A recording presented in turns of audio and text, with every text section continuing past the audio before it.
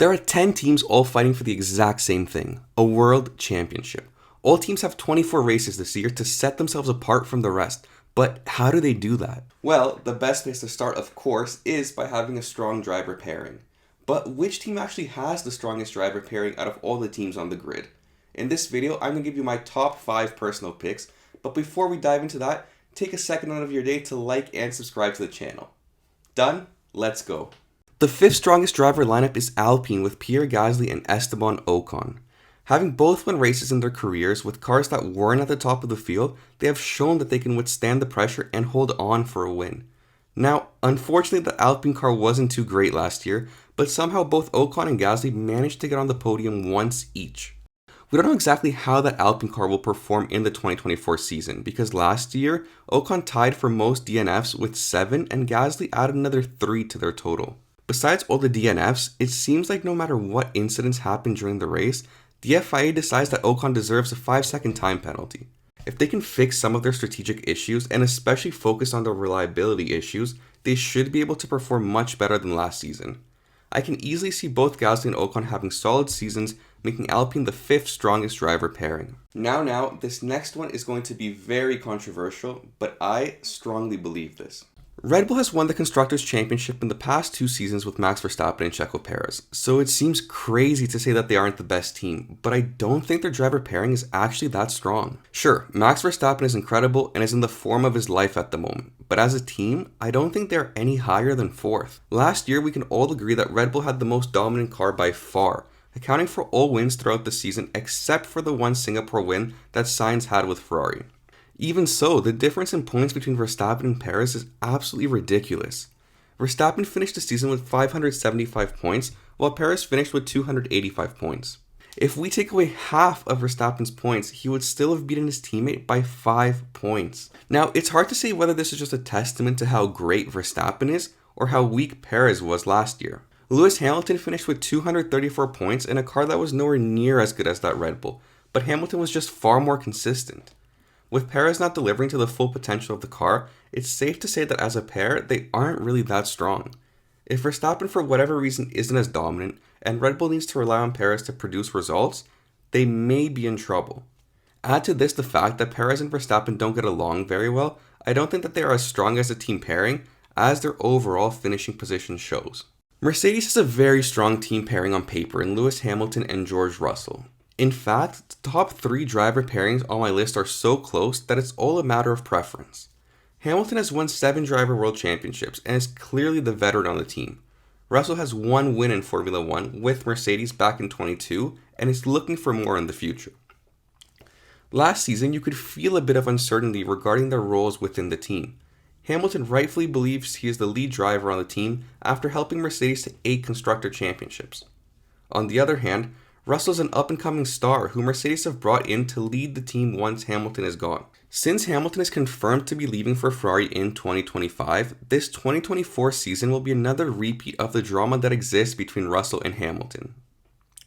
As a pair, they will be able to perform well if they avoid the drama, but last year there were multiple occasions where they were fighting each other, hurting the team's overall result. If they focus on their driving, are open to helping each other when those situations come up, and don't get into unnecessary fights, they are a driver pairing that could easily contend for a Constructors' Championship, with both drivers contributing to the team's success. McLaren's hottest quality is its age. Their veteran driver, Lando Norris, is 24 years old, and his teammate Oscar Piastri is 22 years old. Last year, after the mid-season break, McLaren was arguably the closest competition that Red Bull had. Oscar Piastri, in his rookie season, had 2 podiums and also ended up getting a sprint race win. Lando Norris had 7 podiums last season and is getting closer and closer towards his first ever career win. Both of these 2 drivers show a huge amount of potential and confidence. Sure, Norris has been with McLaren for a couple years, but for Piastri to come in and deliver such incredible results as a rookie is almost unheard of. Usually it takes drivers multiple seasons to become accustomed to the level of F1.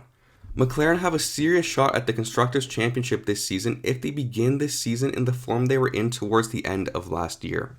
These 2 drivers are quick, team players, and have not even reached their maximum potential, making them the 2nd strongest driver pairing on the grid.